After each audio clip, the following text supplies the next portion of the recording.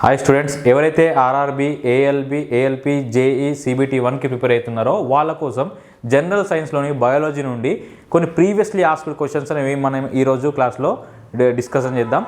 So ఇవి already రిపీటెడ్గా అడిగిన క్వశ్చన్స్. ఇవి డిస్కస్ చేయడం వల్ల మీకు చాలా బెనిఫిట్ అవుతుంది. కాబట్టి ఇలాంటి కంటెంట్ కోసం మన ఛానల్ని సబ్స్క్రైబ్ చేసుకొని ఉంచుకోండి. సో మనం ఇప్పుడు ఎంసీక్యూస్లోకి వెళ్దాం. So first question, which of the following substance can move across the cell membrane by diffusion? అంటే సెల్ మెంబ్రెయిన్ ద్వారా ఈ ఇచ్చిన ఆప్షన్స్లో ఏదైతే డిఫ్యూజన్ ద్వారా వెళ్తుంది. ఓకే, ఈ సెల్ మెంబ్రెయిన్ ఈ ఇచ్చిన ఆప్షన్స్లో ఏదైతే సెల్ మెంబ్రెయిన్ అంటే సెల్ లోపలికి కావచ్చు, బయటకు కావచ్చు, డిఫ్యూజన్ ద్వారా వెళ్తుందో దాన్ని మనం కరెక్ట్ ఆప్షన్ చేసుకోవాలి. ఫస్ట్ ఇచ్చిన ఆప్షన్ ఏంటి? Oxygen.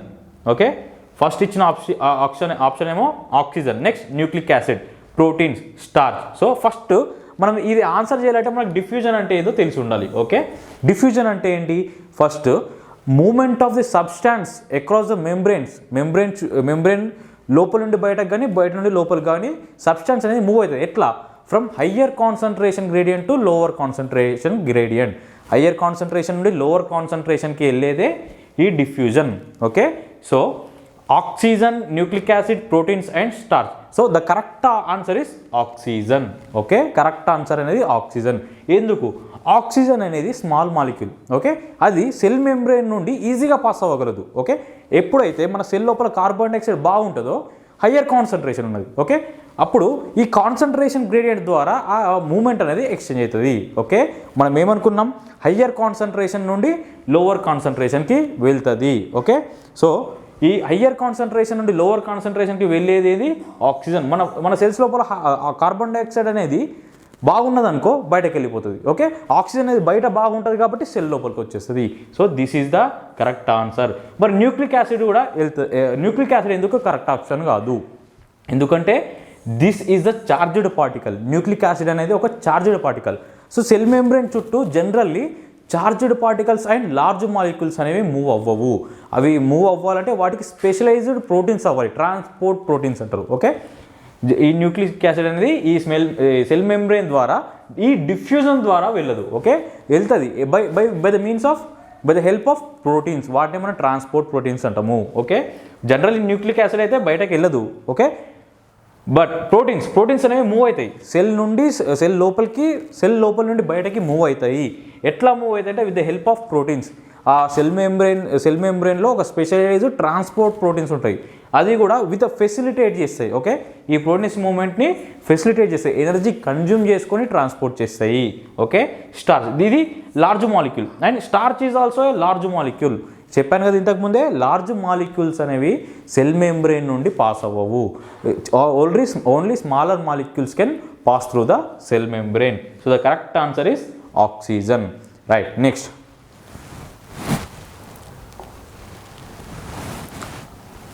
So the next, metabolic activities. So metabolic activities that generate nitrogenous waste material in human being are removed by. అంటే మన బాడీలో జనరేట్ అయిన waste material. Okay, waste material, nitrogenous waste material అనేది ఏ system ద్వారా బయటకు వెళ్ళిపోతుంది?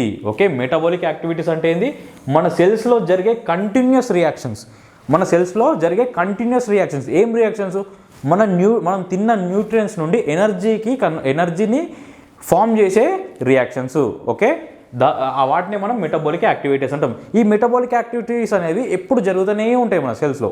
Okay, ఇవి జరిగే ప్రాసెస్లో మనం తిన్న న్యూట్రియన్స్ నుండి ఎనర్జీ వచ్చే ప్రాసెస్లో వేస్ట్ మెటీరియల్ కూడా వస్తుంది. ఓకే, వేస్ట్ మెటీరియల్ కూడా వస్తుంది. ఈ వేస్ట్ మెటీరియల్ అనేది మన సెల్స్లో, మన బాడీలో ఉండకూడదు.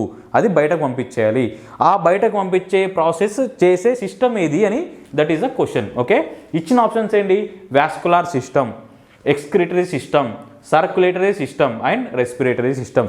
ఇందులో the correct answer is excretory system. Okay, excretory system. ఎందుకంటే this is the system that eliminates the wastes from our body. మన బాడీలో ఉన్న వేస్ట్ని బయటకు ఎలిమినేట్ చేసే సిస్టమే ఎక్స్క్రిటరీ సిస్టమ్. ఓకే, మన ఆ వేస్ట్ మెటీరియల్ని బయటకు పంపించే పని ఏ సిస్టమ్ అంటే ఎక్స్క్రిటరీ సిస్టమ్దే. నెక్స్ట్, వాస్కులర్ సిస్టమ్ అంటే ఏంటి? Vascular system or circulatory system రెండు ఒకటే. Okay, both are same. Vascular system separate, circulatory system అని అనుకోవద్దు, రెండు ఒకటే. ఓకే, ఈ సర్క్యులేటరీ సిస్టమ్ ఏం చేస్తుంది మరి, మనం తిన్న ఫుడ్ డైజెస్ట్ అయ్యి న్యూట్రియన్స్ రిలీజ్ అవుతాయి. ఓకే, ఈ న్యూట్రియన్స్ని మన బ్లడ్ అనేది టోటల్ మన బాడీ పార్ట్స్కి సప్లై చేస్తుంది. ఓకే, అదే దిస్ ఈజ్ సర్క్యులేటరీ సిస్టమ్. మన సర్క్యులేటరీ సిస్టంలో ఉండేదే బ్లడ్. ఈ బ్లడ్ ఏం చేస్తుంది, మనం తిన్న న్యూట్రియన్స్ని టోటల్ బాడీ పార్ట్స్కి అనేది సప్లై చేస్తుంది. ఓకే, మరి రెస్పిరేటరీ సిస్టమ్ యొక్క పని ఏంటిది? ఓకే, రెస్పిరేటరీ సిస్టమ్ అంటే మనం ఇన్హలేషన్ ఎక్సలేషన్ చేసుకుంటాం, అంటే మనం శ్వాస తీసుకుంటాము వదులుతాము.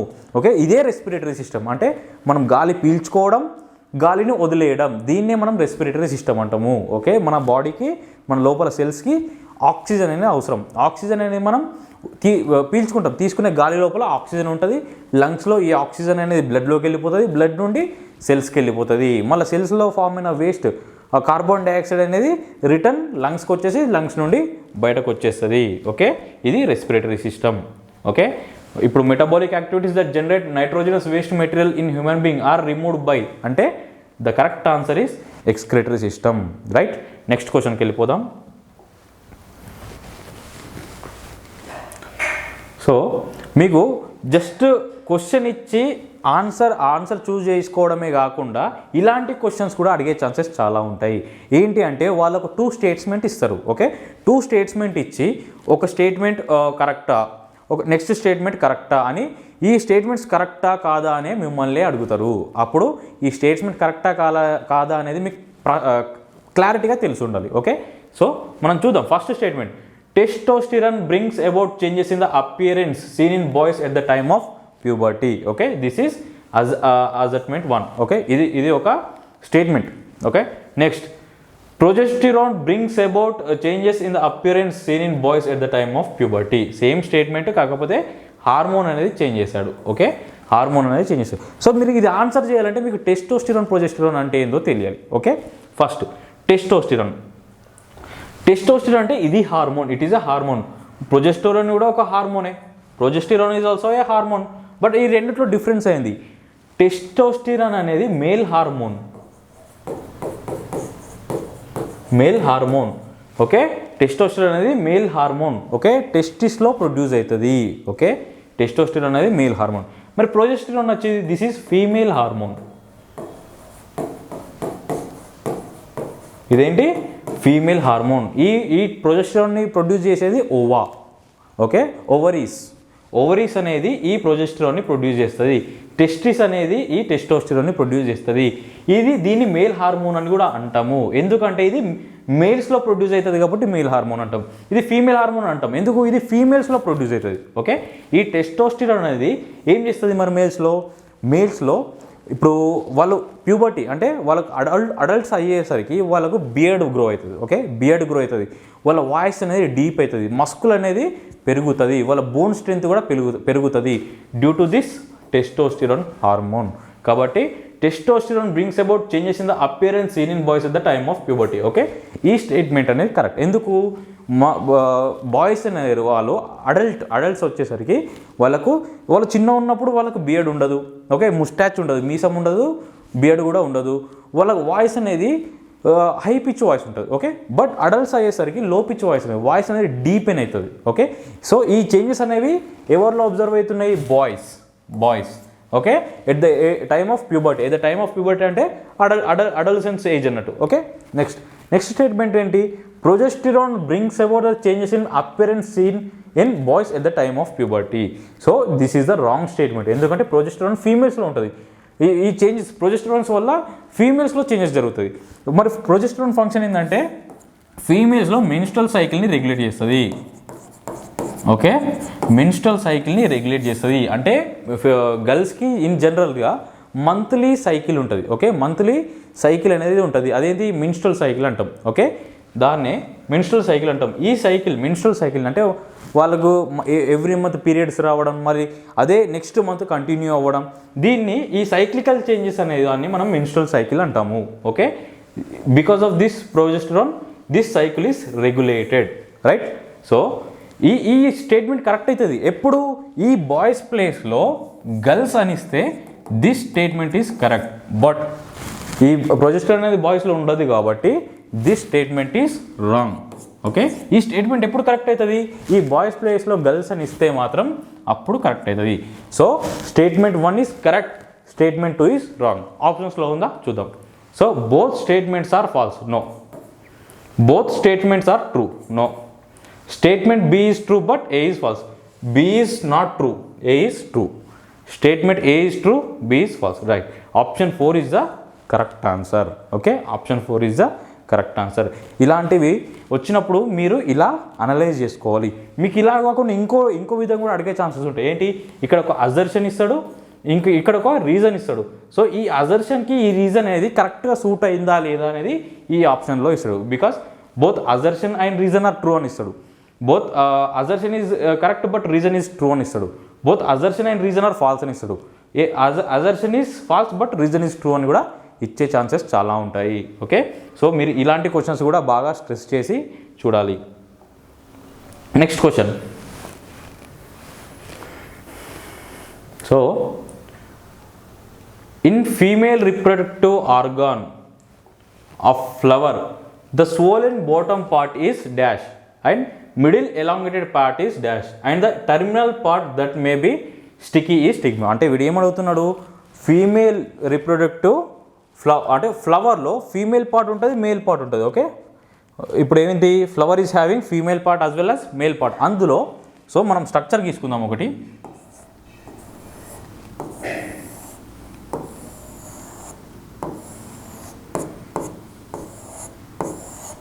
Okay, so this is the female reproductive part of a flower. ఫ్లవర్లో ఇది ఒక ఫీమేల్ రిప్రొడక్టివ్ పార్ట్.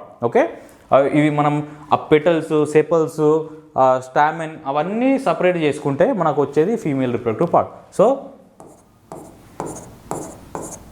ఇది, సో అందులో ఈ swollen part, he is asking what is this swollen part and what is this elongated part. ఈ రెండు పార్ట్స్ ఏమని అడుగుతున్నారు. Already he mention that this is stigma. Okay, ఇది స్టిగ్మా అని ఆల్రెడీ మెన్షన్ చేసేసాడు.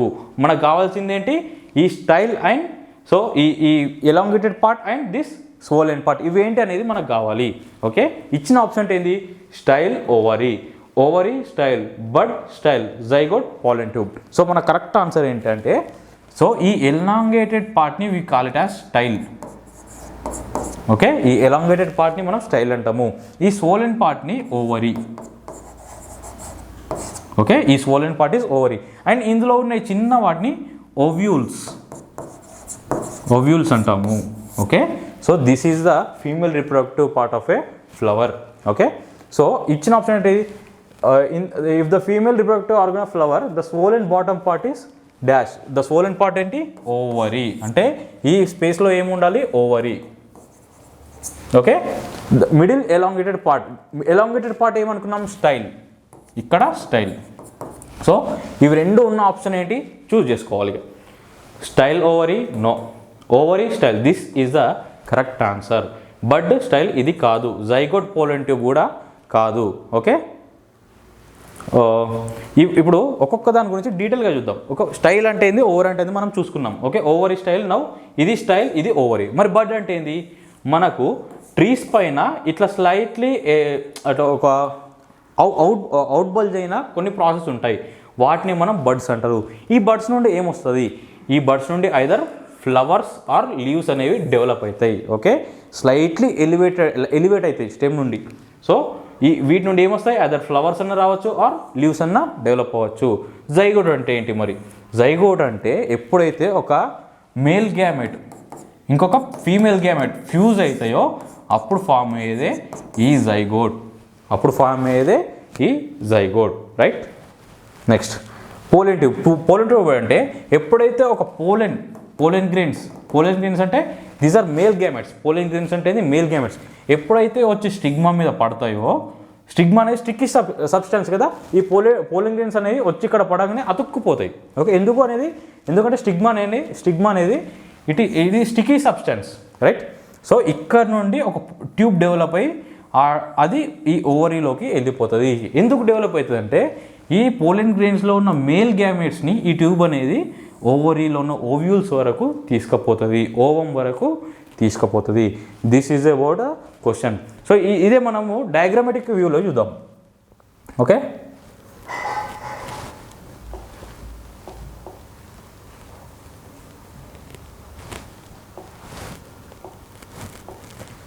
సో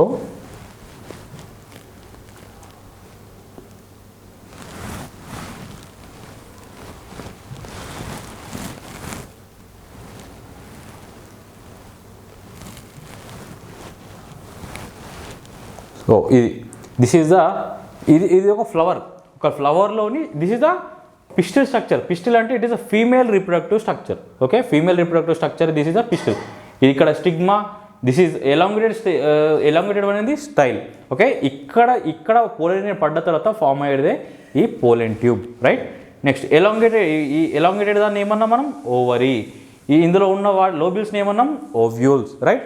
ఇది ఫీమేల్ పార్ట్ నాకు. ఓకే, ఒక ఫ్లవర్లో ఫీమేల్ పార్ట్ ఉంటుంది as well as male part కూడా ఉంటుంది. ఆ మేల్ పార్ట్ ఏంటి అంటే స్టామెన్. ఈ స్టామెన్నే మనం మేల్ పార్ట్ అని అంటాం. ఈ స్టామెన్లో ఏముంటాయి? యాంథర్ ఉంటుంది, ఫిలమెంట్ ఉంటుంది. యాంథర్ అంటే this is called as anther, దీన్ని ఫిలమెంట్ అంటారు. Okay, anther.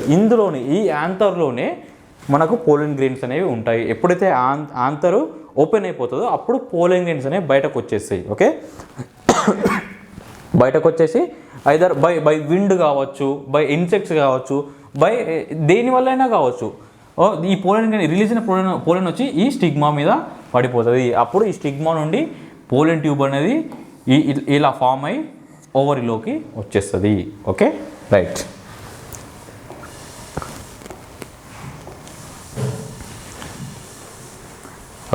Next question. So which of the following is a cup shaped part of nephron which each capillary cluster in the kidney is associated? అడిగిన question ఏంటి? మన nephron. Okay, నెఫ్రాన్లో cup shaped part ఏంటి? Okay, నెఫ్రాన్లో cup shaped part ఏంటి? అందులో capillary అనేది cluster అయి ఉంటుంది. ఓకే, అందులో క్యాపిలరీ అనేది క్లస్టర్ అయి ఉంటుంది. ఆ పార్ట్ ఏంటి అని అడుగుతున్నాడు. ఓకే, సో మనం డయాగ్రామ్ వేసుకుందాం. ఫర్ ఈజీ అండర్స్టాండింగ్ మనకు డయాగ్రామ్ వేసుకుందాం.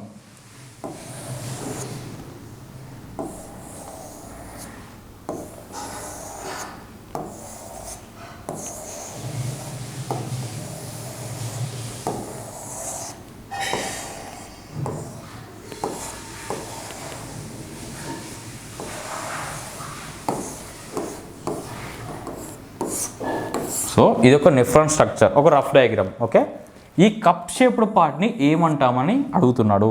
ఓకే, ఇది ఇంత పెద్దగా వద్దు, చిన్న రాస్తున్నాం.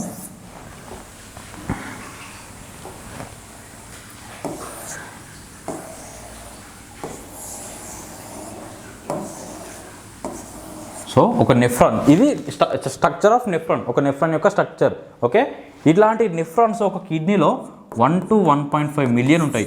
ఈచ్ కిడ్నీలో మనకు 2 కిడ్నీస్ ఉంటాయి కదా, ఈచ్ కిడ్నీలో 1 to 1.5 మిలియన్ నెఫ్రాన్స్ అనేవి ఉంటాయి.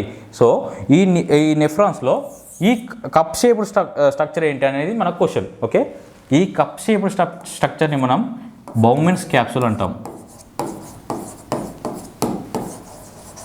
బౌమెన్స్ క్యాప్సూల్ అంటారు. ఇందులో క్లస్టర్, క్యాపిలరీ క్లస్టర్ అని ఇచ్చిండు కదా. క్యాపిలరీ క్లస్టర్ అంటే చెప్తాం.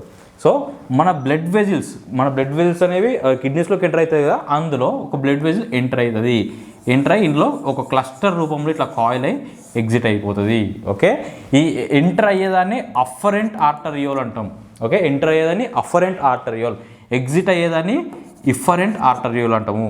ఓకే, ఎగ్జిట్ అయ్యేదాన్ని ఇఫరెంట్ ఆర్టరియోల్ అంటాం. సో ఈ క్లస్టర్ని ఇది క్లస్టర్. ఓకే, ఈ క్లస్టర్ ఎక్కడ ఉంది? బౌమెన్స్ క్యాప్సూల్లో ఉంది. ఈ నెక్స్ట్ పార్ట్ ఏమంటారంటే ప్రాక్సిమల్ కాన్వల్యూటెడ్ ట్యూబుల్ అంటారు, దీన్ని హెన్లీస్ లూప్ అంటారు, దీన్ని డిజిటల్ కాన్వల్యూటెడ్ ట్యూబుల్ అంటారు, దీన్ని కలెక్టింగ్ డక్ట్ అంటారు.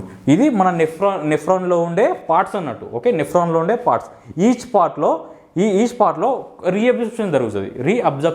వాటరు, ఎలక్ట్రోలైట్స్ అన్నీ రీఅబ్జర్ప్షన్ జరుగుతాయి. యూరిన్ ఫార్మేషన్లో ఇన్వాల్వ్ అవుతుంది. ఓకే, ఈ నెఫ్రాన్ ఎందుకంటే ఇందులో it is the primary site where urine formation is start. Okay, urine formation అనేది స్టార్ట్ అవ్వడానికి ప్రైమరీ సైట్ అన్నట్టు.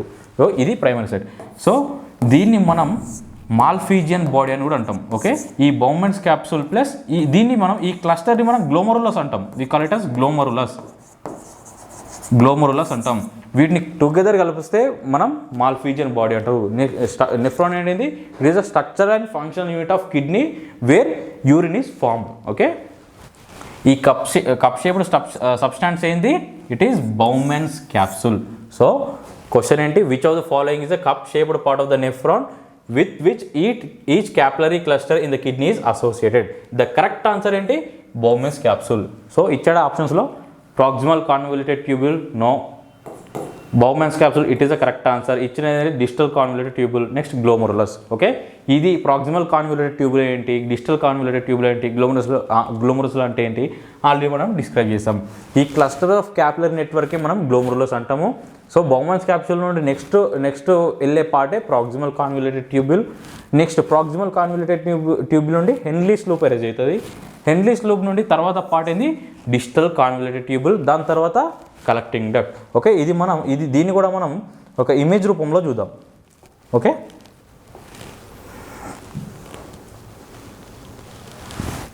Okay, this is the structure of nephron. ఇది నెఫ్రాన్ యొక్క స్ట్రక్చర్. ఓకే, ఈ నెఫ్రాన్ యొక్క స్ట్రక్చర్లో వచ్చే ఆర్టరీని అఫరెంట్ ఆర్టరీలు అంటారు. ఈ ఫామ్ అయిన దాన్ని గ్లోమరస్. ఈ క్యాపిలరీస్ యొక్క క్లస్టర్ ఆర్ నెట్వర్క్ని గ్లోమరులస్ అంటారు. ఓకే, ఈ కప్ షేప్డ్ సబ్స్టాన్స్ ఏమంటారు? This cup shaped substance is called as Bowman's capsule.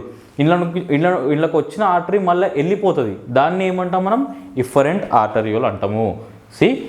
దీని నుండి next part this is PCT, proximal convoluted tubule. ఈ యూ షేప్డ్ సబ్స్టాన్స్ని మనం హెన్లీస్ లూప్ అంటాం. Henle's loop.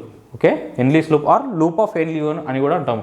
So next this part is digital convoluted tubule. Okay, ఈ పార్ట్ని మనం collecting duct అని కూడా అంటాం. This is collecting duct. So ఆ cup shaped substance is Bowman's capsule. Okay, right.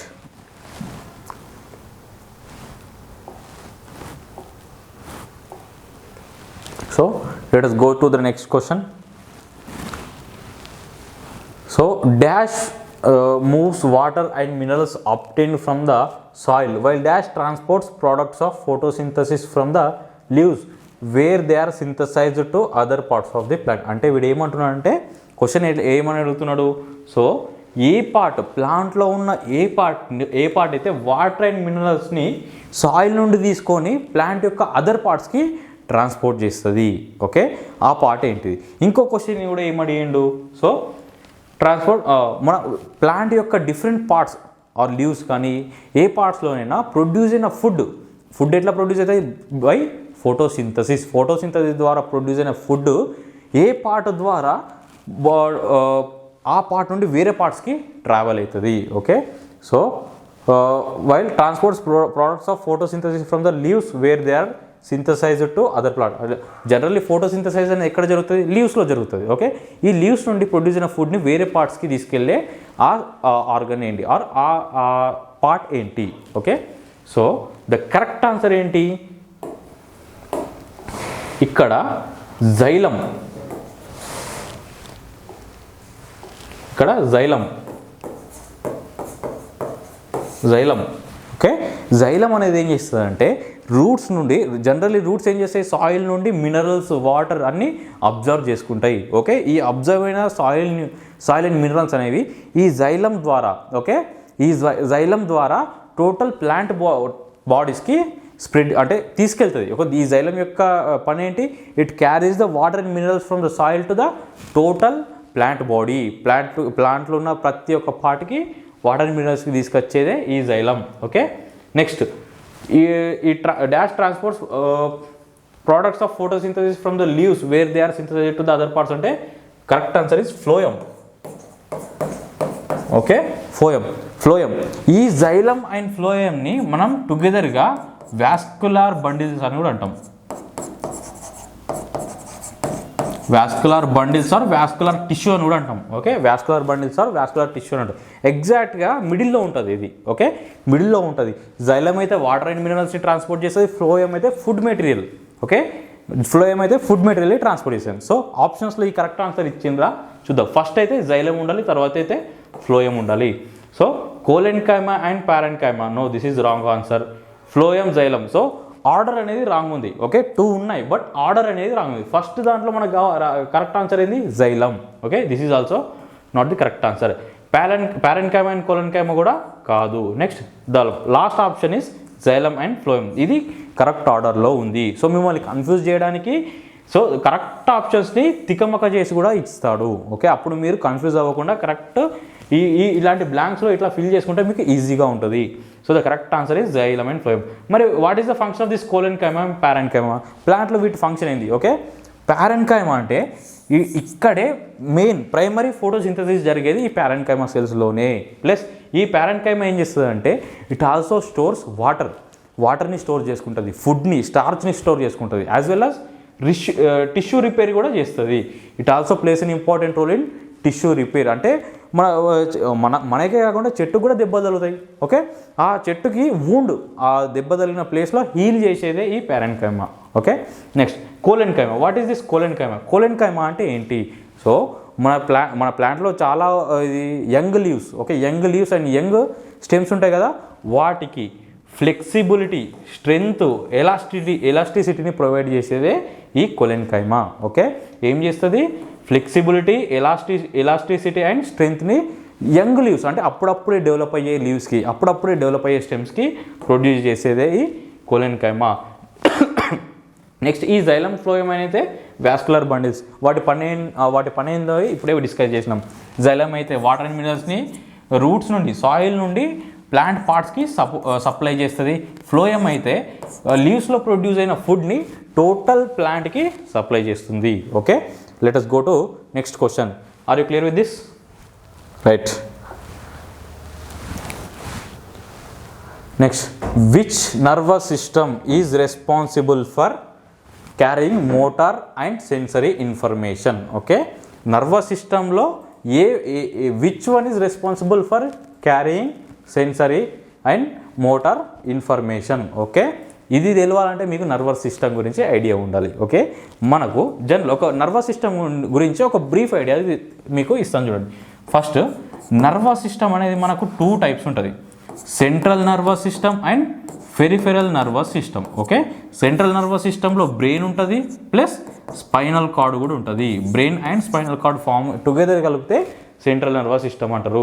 ఈ బ్రెయిన్ స్పైనల్ కార్డ్ కాకుండా మిగతా ఈ హ్యాండ్స్లలో, ఈ నెక్ రీజన్, ఈ హ్యాండ్స్లలో, ఈ అబ్డోమెన్లో, ఈ లెగ్స్లో ఏవైతే నర్వ్స్ ఉంటాయో వాటిని మనం పెరిఫెరల్ నర్వస్ సిస్టమ్ అంటాము. ఓకే, ఈ peripheral nervous system 2 types of nervous system ఉంటుంది, somatic nervous system, autonomic nervous system. So somatic nervous system, autonomic nervous system. Okay, ఇందులో మనకు సొమాటిక్ నర్వస్ సిస్టమ్ అనేది వాలంటరీ కంట్రోల్. ఓకే, వాలంటరీ యాక్షన్స్ని regulate చేస్తుంది. అదే autonomic nervous system అయితే పేరులోనే ఉంది అటానమస్ అంటే ఇన్వాలంటరీ యాక్షన్స్.